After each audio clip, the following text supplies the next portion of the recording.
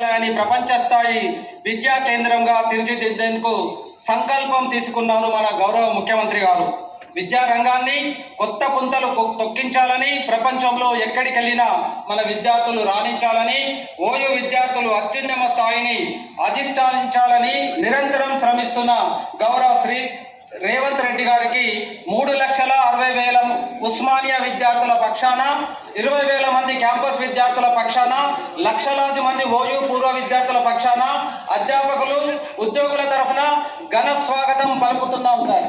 ముఖ్యమంత్రి సలహాదారులు శ్రీ కేశవరావు గారు, అలాగే వేదికను అలంకరించిన అందరూ మంత్రివర్యులు, పెద్దలు, ఇతర పెద్దలకు అందరికీ కూడా వెల్కమ్ చెప్తున్నాను.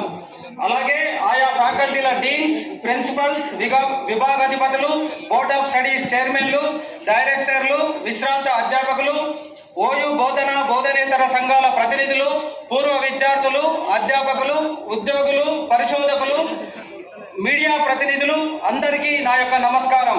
ఇవాళ ఈ కార్యక్రమానికి హాజరైన ప్రతి ఒక్కరూ ఓ చారిత్రక సందర్భంలో భాగస్వాములు.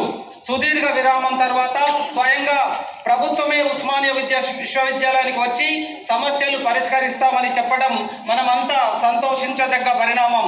కేవలం 6 నెలల వ్యవధిలోనే రాష్ట్ర ముఖ్యమంత్రి గారు రెండోసారి ఓయూ పర్యటిస్తున్నారు.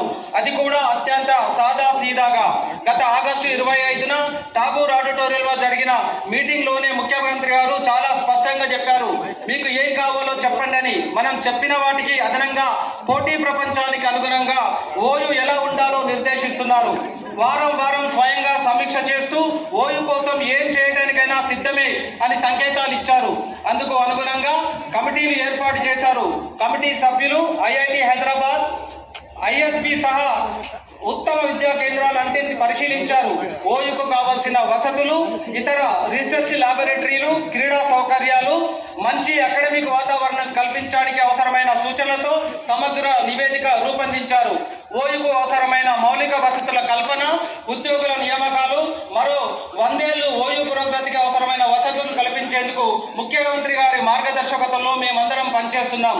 1000 కోట్ల నిధులే కాదు, దిశ దశ ఉన్న ప్రతి అవసరాన్ని తీరుస్తామని, తెలంగాణ విద్యా వ్యవస్థ బాగు కోసం, విద్యార్థుల భవిష్యత్తు కోసం ఎంతైనా ఖర్చు పెట్టేందుకు సిద్ధంగా ఉన్నామని ముఖ్యమంత్రి గారు పదే పదే చెబుతున్నారు.